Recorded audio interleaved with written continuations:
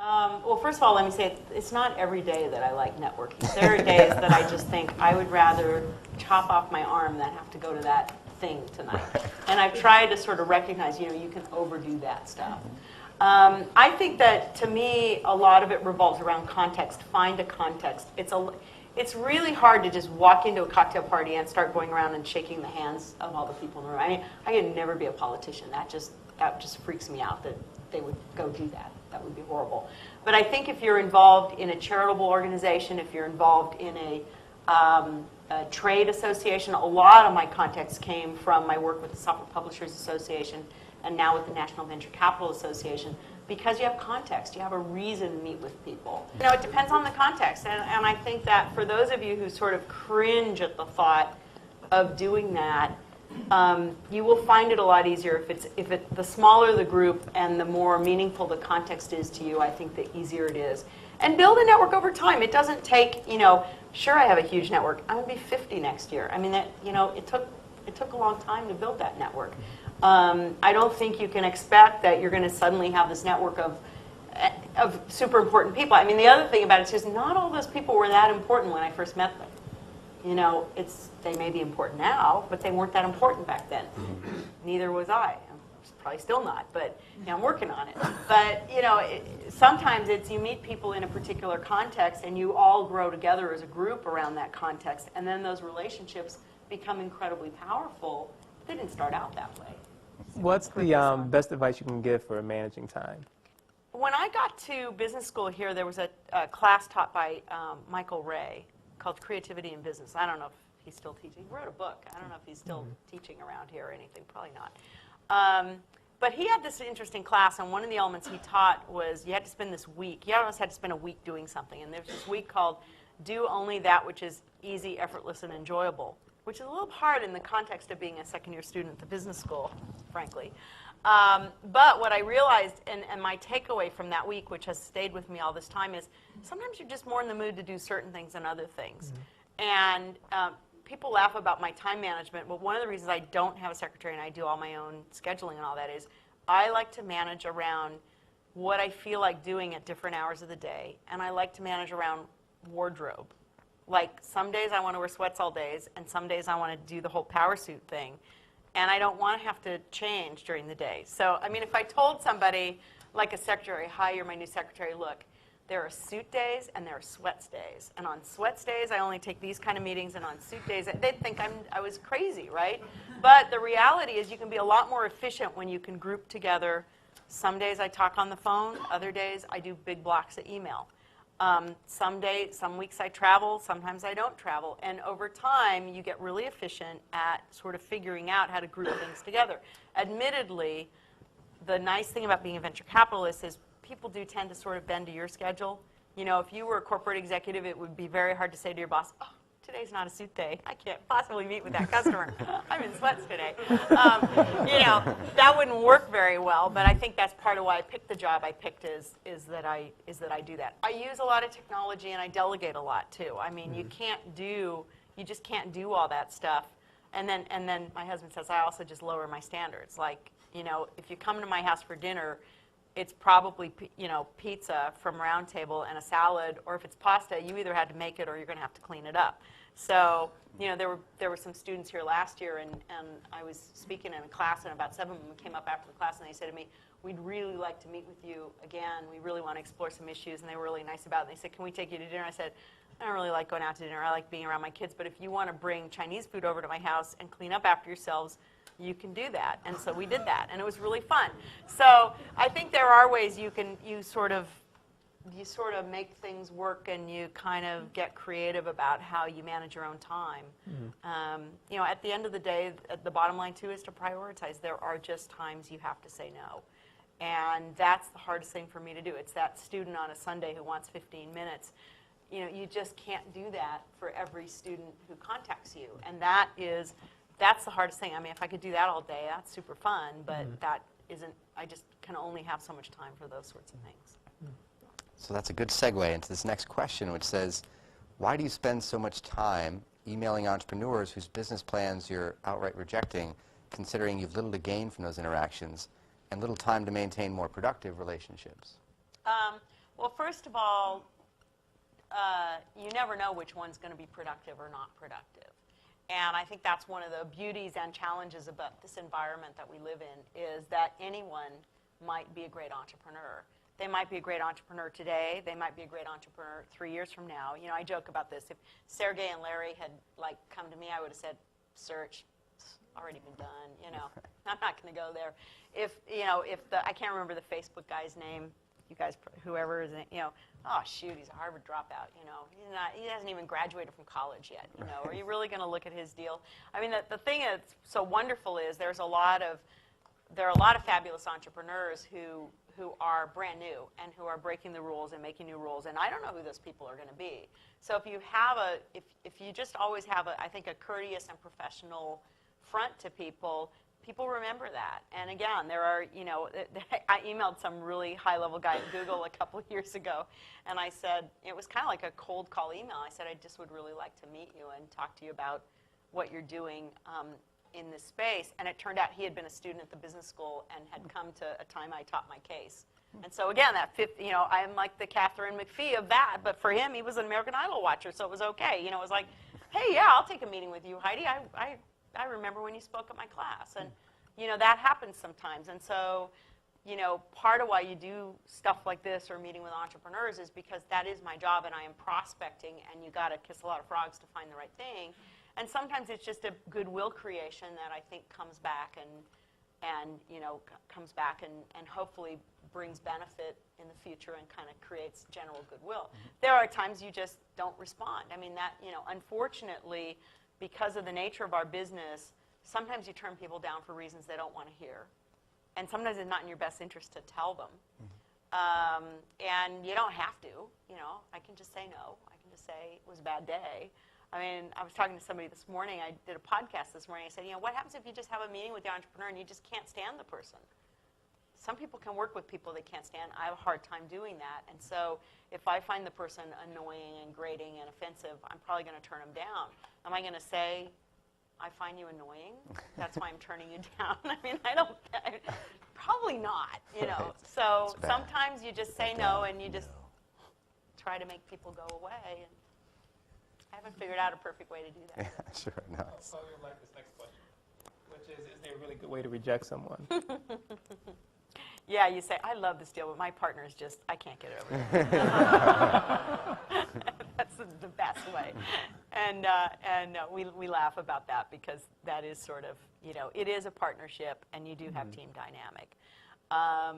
So I think the honest, if you value the person, if somebody comes to you and they say, I'm thinking about this idea, I like saying to people, look, there's 100 of these out there, and you got to tell me why you're different. So if I can give them constructive advice, and if I feel like the person is listening, then I will go that extra mile, particularly if they're a friend, if they're someone I've done business with before, if they're just starting out, whatever.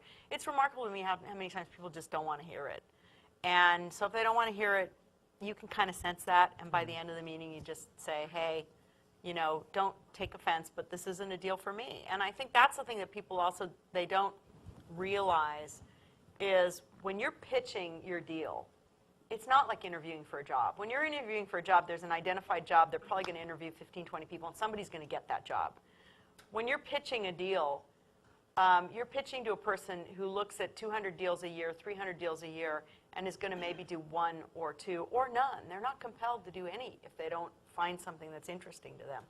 And there is no defined deadline by which they need to do that deal, if any. So the problem is, I think most people, when they start pitching their ventures, they think it's like interviewing for a job.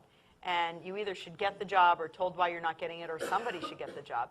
And maybe you go through 10 interviews before you get a job. In venture, you might pitch 50 or 100 times before you get a VC, or never.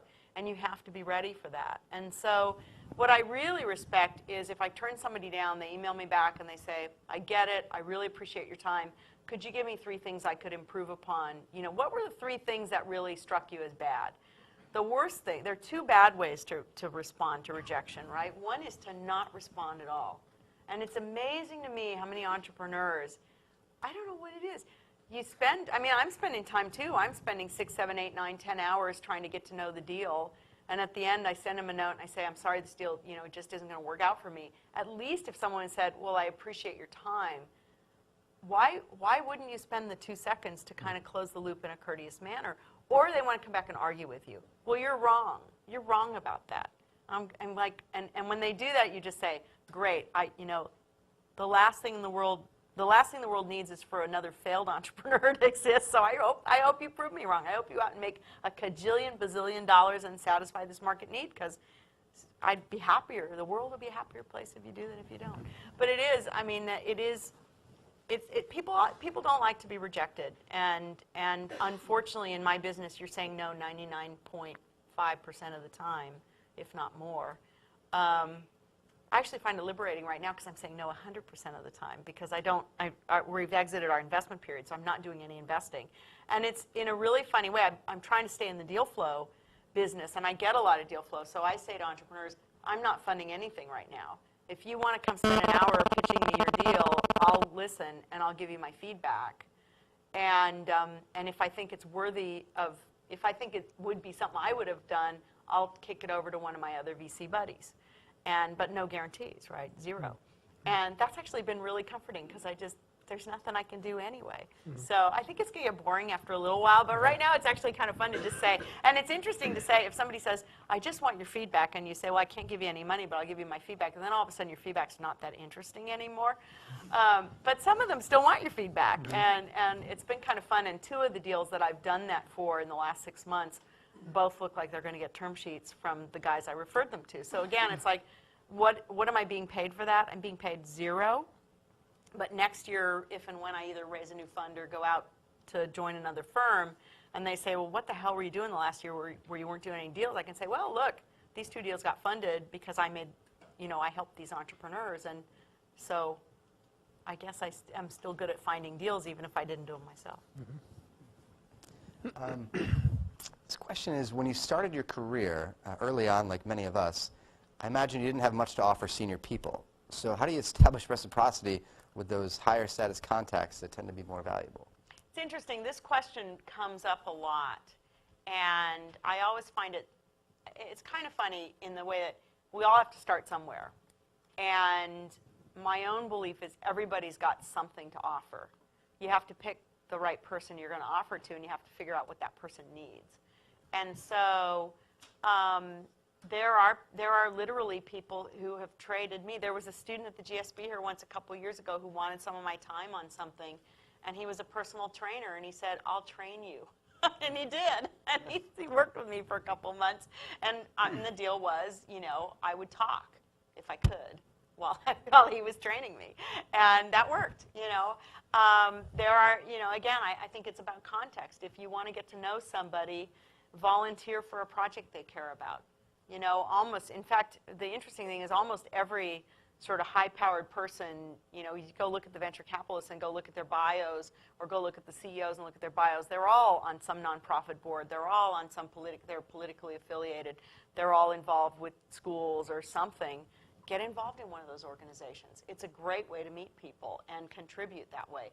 And again, I think that this is the thing about you're building an asset over time, and you cannot expect that those pay out the first time you meet somebody. And so you can't meet someone and the next week ask them for something. And I still feel that way. I'm really sensitive about asking people for help, although I need help too, and I ask people for help. But I always, again, I don't keep a register. I don't have a database of who owes me favors versus who do I owe favors to. But I kind of have a general sense of if I'm going to ask somebody for something, there has to be either value in them, even in the request I'm making, or in some collective amount of stuff I've done for them beforehand. So I just think, don't limit yourself. Be creative. You can walk somebody's dog. You can house sit for them. You can babysit for them. You can do all sorts of crazy things that get you in touch with people. I personally believe the organizing around either a professional organization or a charitable organization and going in and volunteering where that organization has collected people that you're interested in is pretty much the best way to do it. So a lot of students wanted to know what you thought about the internet networking sites, and do you use them? And some of them want to know if you'll add them to your site if you do. Yeah, no, I don't. I have a pretty funny story of that, actually. I don't remember. I think it wasn't LinkedIn, but it was probably Friendster, where one day I got this thing and it said, Bill Gates has asked you to, to like link up with him or something. So I just I deleted it because I was like, that's so not Bill Gates. And then I saw him a few weeks later, and I was talking to him, and I said something about, oh yeah, I got that email from you, and he goes, God, I know, I can't believe you didn't add me to your network. And I said, that was really from you? And he goes, of course it wasn't from me. But I had that moment where I'm like, oh God, I didn't add Bill Gates to my network. But anyway, it wasn't him. He was just pulling my leg. But I think they're a really interesting phenomenon, and I think they are very generationally specific. Mm-hmm. And I think that's the challenge. Is I am really old and old-fashioned, and like my kids are like, Mom, you don't use text messaging, you don't use IM, you are so email. God, that's so old. Nobody uses email, right?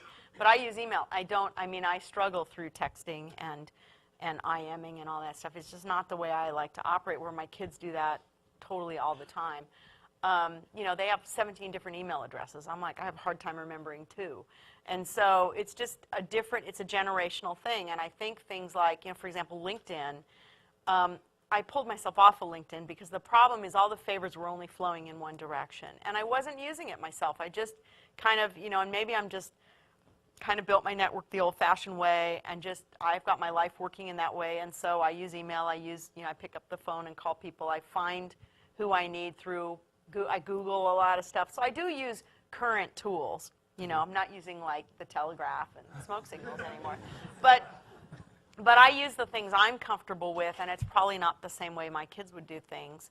And I think those sites can be very interesting. I certainly think, I got to say, on the dating front, I have friends who've met their soulmates on, these various sites and have gotten married, and I think it's pretty cool. I don't know about business. My feeling about this stuff is when you get something that's more than 2 degrees of separation, it's kind of like, who cares? I mean, everybody, in fact, my nephew argues that everybody is 6 degrees of separation from everybody else anyway. So it's like, in fact, I think they did some study, right, where you can find somebody, depending on your connections, you can always find somebody. So I think those sites have I think they're very interesting. I have not been able to apply them to my own life because they don't work for me in a business context, and I've been married for 17 years, so I missed out on all that. But I'll let you know if that changed. One question is pretty interesting. Have you ever contacted somebody who wasn't interested in networking with you, but was important for you to develop a relationship with? If so, what did you do to try to develop that relationship anyway? Yeah, that's a great question. I'm pretty fearless about trying to get in touch with people, and people are remarkably responsive. And I don't know if it's because, in Silicon Valley a little bit, it's because I have enough, brand to my name that I can, I presume, this is going to sound terribly conceited, and I don't mean it this way. Oh, it sounds bad, but I'll say it anyway. I can kind of presume that after living in this valley as long as I have and doing all the things I have and being president of the trade and blah, blah, blah, and I have an unusual name, that people will probably have heard of me. Anybody I want to get in touch with has probably already heard of me. They may not know me, they may not know anything about me, but they've probably seen my name in some context of something. And so a lot of times I just pretend like I already know them. And I don't say, hey, remember that time we spent on the lake or something like that. I mean, I'm not like that, but I'll just send an email saying, hey, so-and-so, I hope you don't mind me contacting you, but I don't start with, you probably don't know me, but I'm blah, blah, blah. I'm going to presume they do know me. If they don't know me, the first thing they're going to do, what's the first thing you do? If you get an email from someone you're not sure if you know them or not, you Google them. Well, you can Google me. I have tons of, there's lots of stuff on the web, not all of it that I like, but so they're going to figure out who I am in 5 seconds, and they're going to determine either they're going to respond to me or not, and sometimes they don't respond.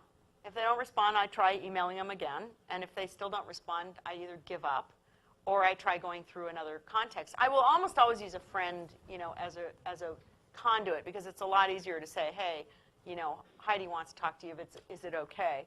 But it's just remarkable. I mean, again, the beauty of today is everyone is so accessible. Mm-hmm. And you can guess people's email addresses, and 9 times out of 10 you're right, right? And so it's pretty easy to get in touch with people. And again, I'm not like a stalker. If I email them and they don't email me back, I drop it, you know. Or if they just say no, that's fine.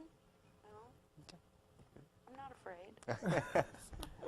So your network is really clearly very strong in Silicon Valley, and some students were interested in, with India and China becoming more important in tech, how have you changed or enlarged your network outside of Silicon Valley?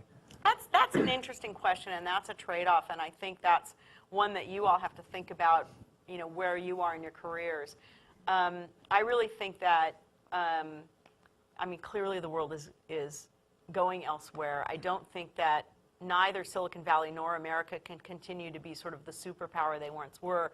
That said, I think that we will continue, both Silicon Valley and America will continue to play a hugely important role in so many different ecosystems and economies and markets, that from a business perspective, I've sort of said, hey, there's lots of people who are going to be great at specializing in China or India or whatever. People inherently have advantages, like they came from there, they speak the language. I don't have those. And so just like I decided many years ago that I didn't have a technical undergrad degree and therefore I was not going to be an engineer, and it was too late for me. And to this day, I don't do really deep tech investing because it's just not there. I'd be a C+ at that. You know, pick people who are A's at that stuff. So I try to be very open to understanding the implications of China, India, and other countries and their rise. I certainly, every one of my companies does business in those countries, has employees in those countries. But am I suddenly going to, you know, get on the Nerdbird and fly over to Shanghai and invest money? No. I mean, I think that would be foolish of me to do that. So I think that, you know, and again, this is very different when you're sitting here and you're 48 versus when you're sitting out there and you're 28 or younger or older, within that range, is at this point I'm pretty baked, right? I am who I am. I've got my strengths. I've got my weaknesses. I try to be pretty self-aware about what I like to do and what I don't like to do. So I'm not going to uproot my family and move to Shanghai. One of my partners did. You know, he's got a Chinese wife and he wants his kids to learn to speak Chinese, and he moved there. I'm not going to do that. And so I have to figure out how to be uniquely, to exploit what are my competencies to do the things that fit in the environment I want to be in, and not necessarily adapt myself to other places. So if that sounds too insular and old-fashioned and, you know, like I'm throwing in the towel to you guys, I will also say that I have to learn new skills all the time, right? So there are things that I decided I did want to learn. Like a couple of years ago, there were some companies I was interested in, and they were ad-supported models. And I really had not been in a business that was ad-supported in the past. And I thought, I got to learn this business. I got to learn about DMAs and CPMs, and I got to learn about, you know, Arbitron and all that stuff, so I can speak the language of ad-supported models. And now I know a lot about ad-supported models. So it isn't that I'm saying I don't want to learn anything new or meet anyone new for the rest of my life.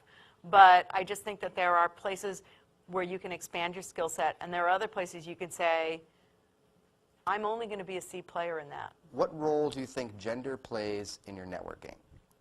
And as it turns out, we actually have some information about this aside from what Heidi may say in terms of a commentary. Does gender matter?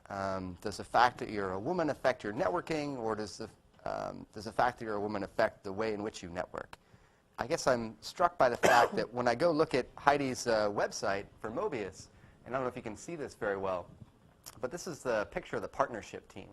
And can you guess which one Heidi is at Mobius? There's only one woman there in that picture. So she actually works in a field that seems pretty gender concentrated, and the concentration not being women. And so as it turns out, Heidi mentioned the case was written by a woman at Harvard named Kathleen McGinn, who I knew and contacted, emailed her, and asked her if I could have the original case itself. And when she agreed to give me the original case, I took it and then changed it to Howard Roizen, and changed the pronouns in the case from she to he and from her to him. And then gave 2 sections of the same class the same case, except one section had the Heidi version of the case, the original, and the other section had the Howard version of the case. And they had no idea that there were two different versions. On the syllabus, it was only listed as Roizen instead of the Heidi Roizen case. And so before class, the students were asked to go online and rate their impressions of Roizen, what they thought of Roizen, before coming to talk about Roizen in class. And they were asked to rate Roizen on a number of different dimensions, some positive dimensions, some negative dimensions, how competent or effective they thought Roizen was, and whether or not they liked Roizen, wanted to hire Roizen, would want to work with Roizen, et cetera. So Heidi's seen all this before, but some of the items were, how genuine do you think Roizen is? How humble do you think Roizen is? And how kind do you think Roizen is? And as it turns out, these are wildly statistically significant differences, big differences between the Howard version of the case, the students who read the Howard version of the case, and the students who read the Heidi version of the case. And those students who read the Heidi version of the case thought that Heidi was less genuine, less humble, less kind than those students who read the Howard version of the case. And when they responded to items like, how power hungry, how self-promoting, how disingenuous do you think Roizen is, the students who read the Heidi version of the case gave much stronger responses to that item than the students who read This is the the Howard hard version. part about being the subject of a case, by the way. It's like, oh, God. Right. So I apologize for that. And then the interesting question is, but what about the items assessing competence or effectiveness? Well, here students saw no difference at all, no discernible difference between Heidi and Howard. It wasn't that they thought Heidi was less competent or less effective than Howard. It was just that they didn't like Heidi very much compared to Howard. They wouldn't want to hire her, and they certainly wouldn't enjoy working with her compared with Howard. And what really drove these differences tended to be this agentic or assertive personal difference or personality. The more aggressive or assertive they thought Heidi was, the more the students disapproved. In fact, that's where all the action is in these ratings. But when they're seeing Heidi or Howard as less assertive, gender doesn't really matter. And so I think there's a number of questions students probably have, but I'll actually give Heidi a chance to talk about this since we planned on having some discussion about it today. Well, one of the interesting things, I don't know if you have the data, but can you show the split between So, the male respondents and the female sure. respondents? So this is the first question. In fact, there were a few hands that went up, and I'm betting that at least one of those hands wanted to ask this question, which was, did you cut it by rate or sex? And as it turned out, when I emailed Heidi about these results, that was the first thing she emailed back to me was, did you cut it by rate or sex? And I did. I actually should say I did this with a colleague of mine at NYU, Cameron Anderson, this study. And we did cut it by rate or sex. And as it turns out, all of the differences were driven by one sex who were reading the case. And the other sex really saw no difference between Heidi and Howard whatsoever. They gave the same ratings for both. But all the action was in one sex. So I asked my class, there were 90 students, and I asked them, who do you think did all the discriminating or sort of saw the differences between Heidi and Howard? And out of 90 students, 86 of them all said, what do you think? Sure. They all said it was the women. It was the men. And now, think about how screwed up that is on so many levels. Yeah. Because not only are women obviously the victim of stereotyping in this case, but they're also being blamed for doing the stereotyping they're not doing to themselves. So that's pretty messed up. And I have to admit, Heidi, I should mention the rest of Heidi's email was, did you cut it by rate or sex? It was the women, wasn't it? Yeah. I did say that. So I was thinking about this case, and I was thinking, when I read the case, the problem is I'm too close to it. So when I read the case, it's just me, and there are things, but there are probably things I do that are very female gender identified, right? Sending cards and flowers and cute stuff like that. And then there are things I probably do that are very male gender identified, like my comment about I'll just send an email and presume you know me, and if you don't, you'll be too embarrassed to admit you don't know me, and you'll probably respond. I think that's a very male thing to do. So what I'm wondering about is, if you read the case and you think it's a male, maybe what you do is you forgive him in his aggressive behavior, and you decide that, man, that dude's really in touch with his feminine side. You know, he sends flowers, or he writes people these nice notes. And isn't that great? And I like that guy because he's like that. Where if you're a man and you read the stuff about, and it's a woman, you don't like the fact that a woman is aggressive, that a woman is, and I can't remember, because I haven't read the case in a while. I don't remember how much that comes through, but I'm just wondering if, I don't know, that's this week's theory that I have on this. No, absolutely. There certainly is a likelihood that a man who is viewed as being in touch in his feminine side might be seen positively as a sensitive new age guy. Yeah. But a woman who acts more assertively maybe incur some backlash for having violated that feminine gender stereotype. And certainly that seems to be what drives this difference. That even though there's no difference in the content of the case whatsoever, and only a difference in terms of the ascribed sex or the inferred gender, the differences are pretty I clear. have to admit, I actually thought about it. I've never read the case with Howard, but I think I should, because, like the part where I'm in the bathroom bathing my children, I'm thinking Howard would be in a bathroom bathing his children with a female friend sitting in the bathroom with him. That's weird. I mean, ew. The only thing we changed in the case, and no student mentioned that actually, and the Howard Roizen version is now available from Harvard, because a lot of people are running this cool. in their classes. But the one that we did change was we did change cheerleader to football player. Okay. We weren't sure if Yeah, that would, we weren't sure if there were yeah. any issues there. But still, the bathing your children in, Right. yeah. A lot of students are I very will tell approving you of this. that. This has Right. become something funny at home, because once in a while, if I have a tough thing at work and I'm talking to my husband about it, he goes, "Yeah, maybe tomorrow you should send Howard." So, yeah. Your doppelganger. You mentioned at one point you like to connect people when you see that there's a mutual, it's beneficial for both parties, and that obviously makes a lot of sense. What do you do when you have, let's take the following case, you have a friend who comes to you and says, "I really want you to put me in touch with one of your contacts," who's Yeah. clearly not as good of a friend. Yeah. And this person needs to see that person for a job or needs a favor. And then your contact, it's going to be a waste of their time. Yeah.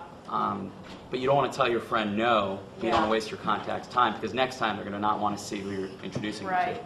How do you deal with that situation? Manage your friend? There are two ways you deal with that. Great question. One way is you tell your friend no. And there are some things I just tell my, so many people want me to contact Bill and Melinda Gates about something. And I don't care how good the charity is. I don't care how great the need is. I don't care. I just don't do that. And so I will say to friends, hey, my husband's the president of a charity, and we don't even ask Bill and Melinda ever for that, because one of the reasons I think I can maintain a friendship with them is because I've set boundaries on what I think is appropriate, and they get inundated with that kind of stuff, right? So I just say, absolutely not. I don't do it. I don't introduce anyone, and I don't even. In fact, there's this kind of funny story about, we were actually selling a company to Microsoft last year or the year before, and I was really mad at the way Corp Dev at Microsoft was handling it, and I almost picked up the phone and called Bill about it, but I'm thinking, God, what a way. I'm not going to do that. I'm going to deal with my issues through Microsoft Corp Dev. I'm really angry about this, but I'm certainly not going to use my friendship with Bill to do that. By the way, something really funny happened. I had said it to the CEO, who knows I know Bill, and I was like, oh, I have half a mind to call Bill. I'm so mad about this. And the CEO was like, oh, God, please don't do that. So I was driving up to the city that night, and I realized it was March 31st, right, which meant the next day was April 1st. And this CEO, whom I've known for a long time, is a huge joke. He loves to play April Fool's jokes. So I got so excited about this, so I emailed Bill on my Sidekick while I was driving, which is probably a bad idea, but I was so excited, and I said, if I sent you an email tonight after midnight and asked, it's going to be like a pretend email where I'm going to be really trashed, and I'm going to send you this email saying I've had 5 glasses of wine, and now I just want to tell you how pissed off I am. And I copy the CEO, and luckily Bill knew the CEO. They've met in the past. I said, it's a joke. So if I do that, would you just, if I write you a response, will you respond? And he did. So I wrote this email, and it said, we're doing this deal, and, your guys are just being such jerks, and blah, blah, blah, and, why don't you get your pit bulls off, and, you should be kissing our feet that, we're saving your ass in this product line because your own team couldn't deliver, and, I wrote this really scathing email, and I sent it to him, and I sent it to Bill, and I copied the CEO, so like 6 o'clock in the morning, I could hardly go to bed. It was like Christmas, So, so at 6 o'clock in the morning, the phone rings, and it's, and I see, because of thanks to caller ID, I see it says CEO, and I'm thinking, I'm not going to answer that phone. I just don't want to answer that phone. So I know his wife's cell phone number, so I called his wife on her cell phone, and I said, I've just done this really horrible thing, and I'm going to not answer any of my phones. So if you need to reach me, call me on your cell phone, because I'm not going to. I said, but could you please call the CFO and let him know I did this? Because literally the deal was supposed to close that day. So she called the CFO, who called the biz dev guy at Microsoft and let him in on the joke. So then the biz dev guy called up our CEO and said, I can't believe it. What did you do? I just got a word from Mr. Gates' office that he wants the deal called off. And so then I had written a response for Bill to send me that just, and because I've known Bill a long time, know his writing style, and I was like, God, Heidi, I can't believe you emailed me. This is the stupidest thing in the world. I can't believe you're wasting my time. And we didn't want that company anyway. I'm just trying to do you a favor because I know your returns are so bad after the dot-com bust, and blah, blah, blah. And God, I wish we had implemented that breathalyzer feature in Outlook. Which, I love that line. Unfortunately, that's what tipped CEO off to the fact that it was all fake. But anyway, I really count that as like my greatest April Fool's joke ever. And I'm sorry that was way off topic, but I just love that story. But the point is that I never would have contacted Bill on that. I believe the first line of defense is I have to defend my relationships. And so you have to learn to say no, and sometimes you just have to say, the strongest thing, and a lot of it has to do with things like that. Would you introduce me to this big, powerful person so I can ask them to donate money or do something? And the answer is no, and you know what? I live by the same rule. I don't ask that person for that stuff on my own behalf, and therefore I'm not going to ask them for you. The second thing, though, sometimes sometimes you get the person who says, hey, I hear there's a job opening at company XYZ, and you're on their board, and I think I'd be a great fit. Would you please make an introduction? And you kind of know they're not a great fit. Sometimes they're a nice person, they're just not the right fit. But you don't want to say, hey, I already know you're not going to get this job. So a lot of times I will send an email to the CEO and I say, I've got to make this introduction. It's the socially correct thing to do. I don't think this person is a fit. That I'm going to send it to you. You're welcome to meet with them, but I'm not endorsing this candidate. And, that's what you got to do. And, I hear some groans in there, believe me, I don't go back to that person and say, hey, I put in a big, great word for you, and I'm sure you're going to get the job. It's a tepid response. Sure, I'll be happy to send it along.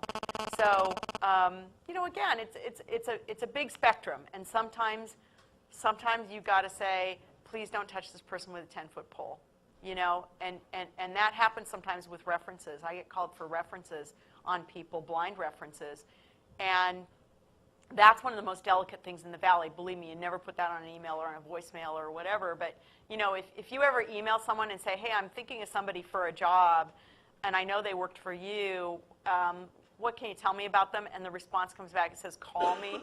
That's usually never good. I mean, it's like, oh, I'm unwilling to say anything in an email.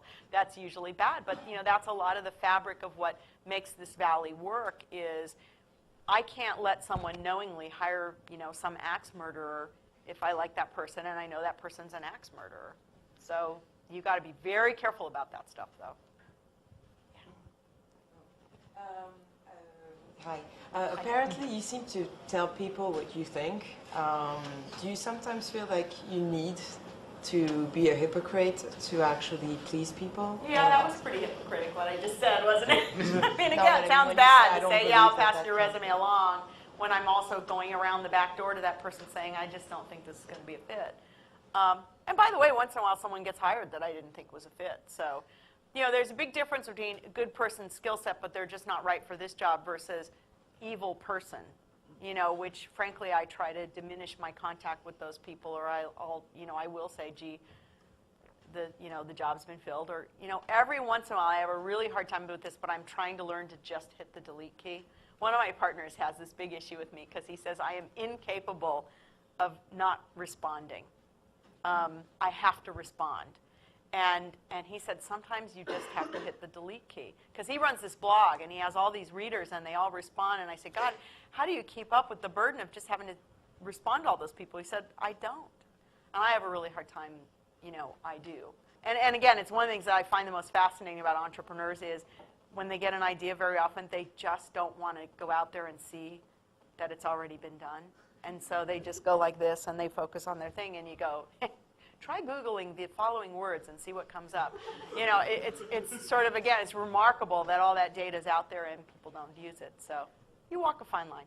Well, you've talked a lot about networking in the Valley here, and I was wondering if you think it's different for people from the East Coast or the Midwest, or if those principles apply universally. I think there are different cultures around different industries, and this is the industry I know, so this one I think works in a very community, kind of social. You know, I think it's interesting that we have such a concentrated number of important companies in the Valley and such a place where entrepreneurship is celebrated. Here, it's almost inevitable that there's so much networking that goes on in a certain way, and it's just such a fabric of the Valley to be in the technology business that I think it works a certain way. I think, you know, LA and Hollywood work in a really different way, and I've had a little bit of interaction there because I have some projects down there that involve sort of more the movie television type, and they're, you know, it's all, nobody does email, or if they do, it's like 3 words long, and it's all about meetings, and it's all about lunches, and it's all about, I mean, it's just very different, right? So there is a kind of a different context. And I'm like 25 years too old and 4 sizes too big, and I'm not a natural blonde. Of course, there aren't very many natural blondes down there either. But, you know, so it's like, as a woman, I definitely feel like a big old woman when I go down to LA to do deals, as opposed to here where it doesn't even cross my mind. You know, I don't think about sort of that aspect of what I bring to the table. So I do think it is a little bit different. I certainly think in the technology industry, and I do try to meet people outside the Valley, because I think that one of the exciting things about the technology industry is we do touch so many other industries right now. And so I think in terms of media and entertainment and all of that, you do need to get to know other people. And I do find sometimes the style's a little bit different, but I think fundamental common human nature and courtesy is sort of the same everywhere. I mean, internationally as well. You know, sometimes internationally I've had issues. It's not in this case, but in one of the other cases, there's a story about when I went to Japan in the early 80s to do a contract, and they didn't want to deal with me because they wanted to deal with men, and I wasn't a man. And they wanted to deal with my brother because he was the author of the program, but my brother didn't want to travel. And so there were cultural issues that sometimes you say, well, culturally I just can't win. I should have sent Howard that day. But, you know, sometimes your style doesn't work, and again, maybe this sounds kind of old and whatever, but I'm kind of at the point in my life where I like the style of who I am, and not everybody's going to like me, which took me a long time. I had, like, for the first, I don't know how many years of my life, I just thought everyone had to like me, and if you didn't like me, by God, it was going to make you like me. And now I'm kind of like, you know, people aren't going to like me. There are people who are going to say, oh, that woman is a ditz, or that woman is annoying, or too social, or whatever, don't like my hair color, I don't know. And that's okay. Not everybody has to like me. And I think the more true to yourself you are about who you want to be, it's okay if people don't like you, because if they don't like you, they're probably not the right people for you anyway. The issue is if you have a persona that nobody likes, you know, at some point that's kind of a problem if you're off by yourself. But, you know, for me, it's like, you know, my style is definitely does not work for some people. I'm not sure if, you know, if I had transplanted myself to New York and tried to be in the banking business, maybe it wouldn't have worked. You know, maybe my style's just too laid back and casual for certain industries, so that's why I ended up being in this one.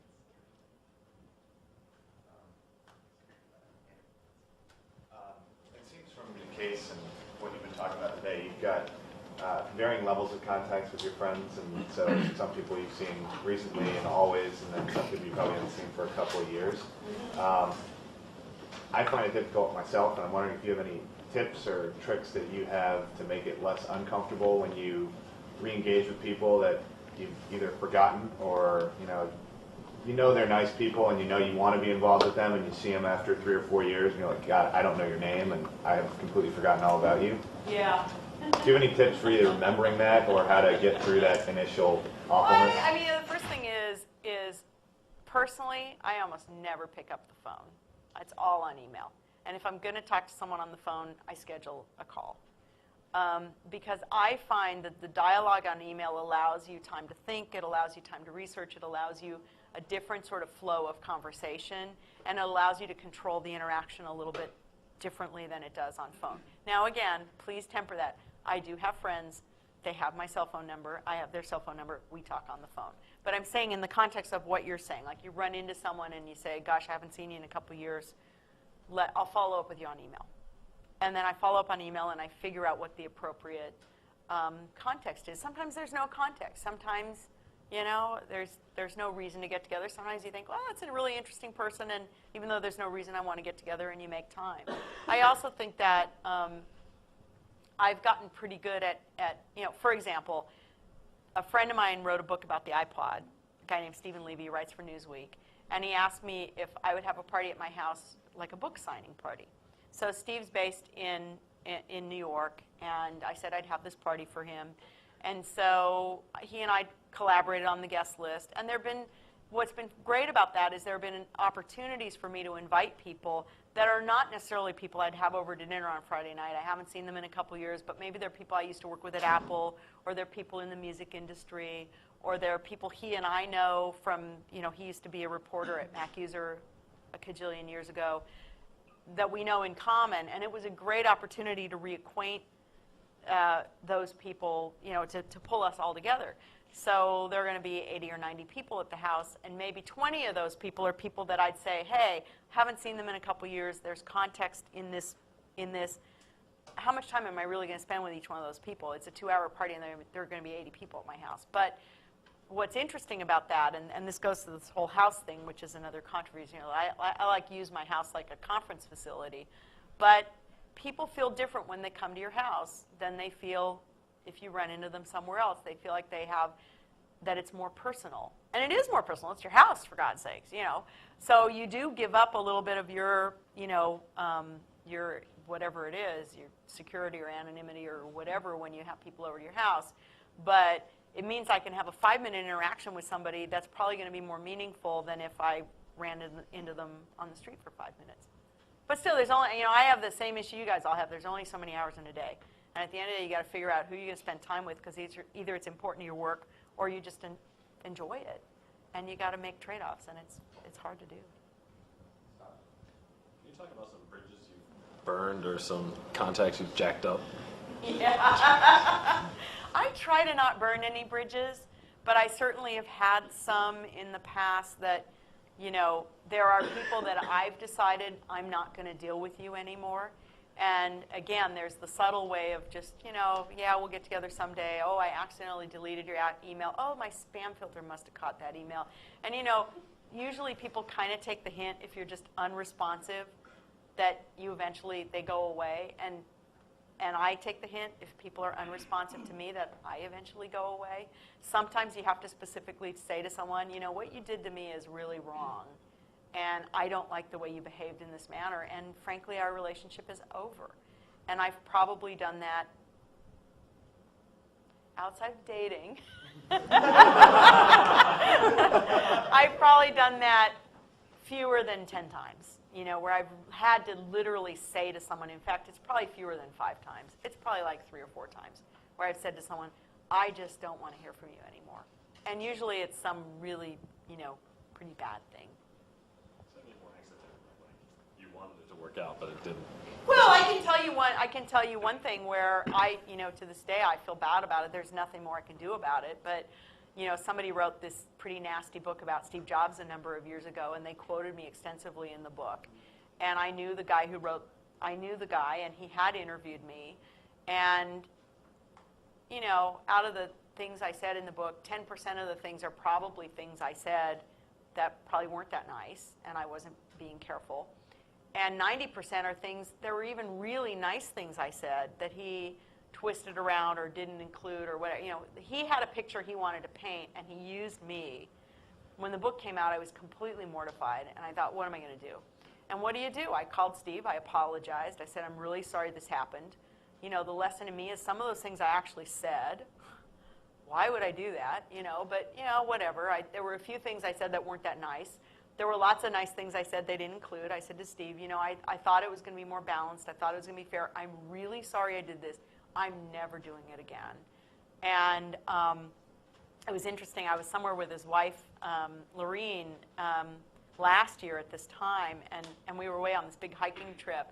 And finally, like on the Friday of the hiking trip, I said to her, you know, it just still really bothers me, and I just want you to know I'm really sorry about it, but it's, you know, it's been like 5 years, and there's nothing, I can't undo it, right? It happened. And she's like, I can't believe you're even still thinking about that, you know, which is it. She's like, forget it, you know, it doesn't matter. It's, you know, we're all over that. But I think it's really interesting that if you do something and it was wrong and you value the person, you know, you apologize, you do whatever you can to make it right, and you make sure it never happens again. And that's the best you can do. If they still feel that in their book that puts you in, you know, as I call it with Steve, the land of bozos forever, then you're in the land of bozos forever, and you accept that, and you move on, you know. So, I don't know. Try not to do it again. Don't talk to the press. Hi. Hi. What's your most fundamental motivation or drive? I mean, what makes you tick? Ooh, that's a great question. I have no idea. Yeah, I know what makes me. I don't know. You know, I'd say for a lot of my entrepreneurial career, it was actually fear of failure. I didn't want to be a failure. I wanted to win.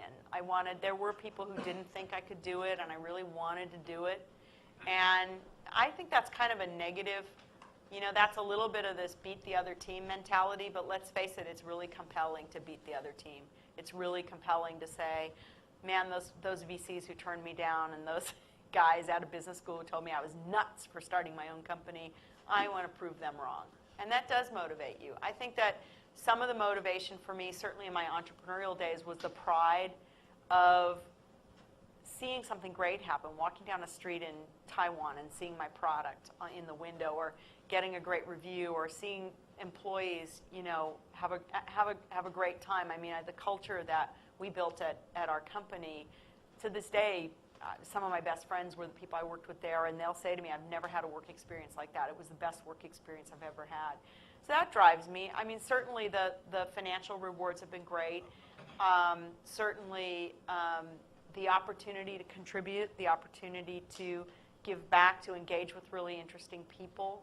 All those things are, you know, it's interesting. I don't think I think about it every day. I mean, I am still in my wage-earning years, and I still do need to earn an income if I want to live the lifestyle that I've now accustomed myself to. So I do have to think about compensation. I mean, I don't have the $1 billion in the bank, and I can't just stop doing that. But I said to my husband a couple days ago, because I am in a transition now where, you know, we're not going to raise another fund, and I'm thinking about what's next for me. I came home from a board meeting, and I said to him, I must just be twisted, because I'd rather spend a whole day in a stuffy conference room at a board meeting than like going to a spa for the day. I mean, not every day, but we had a really great board meeting. And for me, a great board meeting with a lot of interesting things going on where you really go in and tackle problems and contribute and try to help them recruit someone and close a big deal is more fun than going to a spa for a day. So I guess that's what works for me. I don't know. Here. Reading the case and seeing you here today talk about your life, it's clear you've been very successful in building your career and touching many lives in the Valley. And I think many of us here are heading out to try and do the same thing, to build our own brands and to touch lives and change organizations. And I'm sure in that journey, we won't all be successful all the time. Right. And I'm curious to hear your perspective on how you've dealt with setbacks and failures in your life thus far, and what we can take away from that as we go forward. Sure. Great question. And clearly, you cannot be a venture capitalist in the Valley starting in '99 without having a tremendous amount of failure. So I have a lot of failure that I can draw upon to answer this question. I think that, you know, like probably all of you in this room, your successes have outnumbered your failures, and that's why you're here. And when you've had setbacks, you've had to, you know, come out and rise above them. And certainly in my career as an entrepreneur, we certainly had setbacks, but somehow we always, you know, I'd say it was sheer tenacity and a great team that got me through those, and we ended up ultimately turning in a success. You know, sold the company, our VCs made money, we made money, we had a great time along the way. Then I went to Apple, and I think the biggest challenge I had at Apple was that I just couldn't fix it. You know, I didn't have the power or the skill set or the resources or whatever it was. I went there and it was overwhelming to me. And after a year of being there, I just said, this is not for me, and I left. And I feel like I did a lot of good things there, but but again, I didn't take it as a personal failure. I was maybe I was still like coasting on the ego of having run my own company. I was still okay. It was like their fault, not mine. Maybe, I don't know. But then venture capital was very challenging because, of course, the first year I was a VC, my first 2 deals went public and big returns and blah blah blah, and then the market crashed, and you go from everything you do is golden to everything you do is crap. And you spend years digging out of it, and you start to have a real crisis of confidence and say, am I wrong? Am I bad at this? Am I just stupid? And I thought about that a lot. And when I had that crisis of confidence, what I said is, I believe there are things I'm really good at, and I believe there are things I'm not good at. And in the things I'm not good at, I either have to decide to get good, or I have to build a career that plays on my strengths. And at that time, I had a real crisis of confidence. My deals had all fallen apart. And I was lucky in that I had a supportive partnership, and I went to my partners. They wanted me to, they were like, oh, web services is hot. Why don't you concentrate on web services? And I thought about that, and I struggled, and I looked at the market for 6 months, and I came back and I said, there's not a single deal I want to do in web services. And it might be because I just think it's not a good market, and it might just be because I was a creative writing major as an undergrad. Web service is like a struggle for me to study this stuff. This is not my thing. And so I decided I was just going to play my strengths. And I said, I really think that I understand the consumer mentality, and I also want to look at supply and demand of venture. And at the time, in 2002, nobody was doing pre-revenue deals, and nobody was doing consumer deals, and nobody was doing ad-supported deals because there was a lot of, blood on the pavement in the valley with all those deals.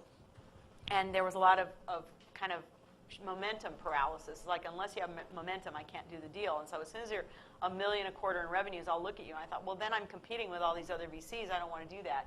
So I said, I'm going to play my strengths, and I'm going to go where these other guys aren't. And luckily, my partners were like, hey, that makes sense. You should go do that. And as a result, I did deals like Perpetual and eCast and Reactrix that now, again, they're not liquid yet, so I don't want to count them as victories until they are victories, but they all have had up-round financings this year. They're all doing really well. We'll see if it's a cyclical market, and we'll see if that works. But I think, anytime you fail, I think that, you need to mourn your failure. You need to understand why you failed, and you need to take whatever lesson you can from that. And at a certain point, like Lorene said to me, you then need to move on. And you then need to sort of say, okay, I failed. I invested a lot of money in a bunch of things that ended up not working. I can either go, drown myself, or I can say, well, what did I learn from those failures, and go apply it. What strengths do I want to build? Where do I want to focus my energies? And so far, that's worked pretty well for me. I mean, I think, I think some failures are harder to recover from than others. But I do find that I cycle back, as a last point on that. Like, I can agonize over the same mistake for years. And I have found that, you almost have to, it's like meditation. You almost have to say, let it go. I hear what my mind is saying. Yep, screwed that up. Let it go. Just walk away from that and move on. When you first started your business career, what types of challenges did you face just because you're a woman, and how many of those challenges do you think still exist today? I just think this goes to that fundamental issue of playing your strengths and understanding who you are. And I'm female. I was born that way. I'm going to be that way. And when I got to business school here, for example, I said, okay, my class, I don't know what percentage you guys are. We were like 23%. Were the women, and I was interested in technology, which was, at the time, in 1981 to 83, not a lot of people came here wanting to be in technology. They mostly came to do investment banking and management consulting, and honestly, I didn't even know what those were when I got here. So somebody would come to give a speech. Trip Hawkins would come give a speech, and at the end, there were 10 people who would hover around asking him questions. I was the only woman. Tell you what, my questions got answered because I stood out, and so. I think that, there is a line between using whatever attributes you have, if you're smart or you're a good singer or you're this or you're that, and exploiting your difference. And I think that, you know, you got to be very careful. And I think for the women in the group, there are some things about, you know, I think the Howard Heidi case tells you, you are going to get judged differently. I mean, I do know a lot of very high-powered women in many industries who get, you know, who get characterized as a bitch or something, you know, where you think if a guy did this, nobody would question why a guy can raise his voice or say swear words in a meeting. But if a woman says it, it's just completely different. And so you are judged differently. I dress differently. I don't put on a business suit. I don't play golf. I don't pee in a urinal. There's all sorts of things where I don't do those things. And so I do other things. You know, maybe I cook pasta for everybody. Maybe there are things that work to my favor. Like I said earlier, I think that the male CEOs find me less threatening, which means they're actually more comfortable telling me when they're having issues and problems. And if I can help them solve those issues and problems, it's more likely the company's going to be successful. So I do think there have certainly been times when I've walked into a meeting and I've realized there is no way that I'm going to get funded, or there is no way that I'm going to get this bank loan because I'm a woman. That as soon as they saw me walk in the door, it was over. And you can fight that, and you can do all that, or you can just move on, because the beauty and the glory of entrepreneurship is there's thousands of banks, there's thousands of VCs, there's thousands of people you can deal with. And most of the time, your employees don't care that you're a woman, your customers don't care that you're a woman, they care that your product's good, they care that your work environment's good, but actually most people don't care. There are some people who care, and for them there are replacements. And that's just, you know, how it's worked for me. And you know, as a tail point to this and a good ending point, it's something I think about a lot now, because I am now sort of being lumped in with those career women who suddenly don't do the high-powered jobs. You know, people call me up. Some people have called me up for CEO positions for very high-profile companies, and I say I don't want to do it because I don't want to do it. It's because it's just not that important to me to be on the cover of a magazine or be a CEO or do that stuff anymore. It's not worth sacrificing my personal life anymore to do those things. And so I spend a lot of time thinking about, for the next phase of my career, because I still want to have a career and be gainfully employed, and like I said, I like going to board meetings better than spas, so if you're that twisted, you better keep working. But you're not going to see me suddenly take a division VP job or a general manager of a big group, or you will never see me associated with a corporation, at least not while my children are still at home, because I'm just not willing to do that. And I kind of think, does that make me a bad statistic as a woman? You know, am I suddenly a cop-out because I'm just yet another woman who's going to be, you know, on the side of the great, you know, I'm not going to be on the cover of all these, you know, whatever that magazine that does the 50 most powerful women. I'm just not going to be there. And is that a cop-out to all the people who've invested in me to date and the people hoping to raise the female flag and say, you know, whatever? Or is it that I'm so enlightened and liberated that it's okay to make that decision? That, you know, I can say, yeah, I could, you know, one career path could have taken me that way, and I could have maybe done that, but I don't want to do it. It's just not important to me, and it's okay to decide you don't want to do that. So my closing comment to all you guys, and I think, you know, it's something I've tried to live, you know, for my career, is I try to do what I actually enjoy doing, because I think people are just inherently better at things that are personally fulfilling to them, that they enjoy doing, that don't compromise their ethics or their morals, and that allow them to work with people they care about and enjoy working with. And if you're getting up every day and you're not doing that, you should find something else to do, because most of your day you do spend working. I mean, you know, and especially if you're here, you're probably already sort of, you've got that work bit. So my sense of that is, where I've come at this point at, you know, 48.75 years or whatever, is I'm just unwilling to do those things that maybe look good on a resume or get you on the cover of a magazine, but are counter to the way I want to live my life.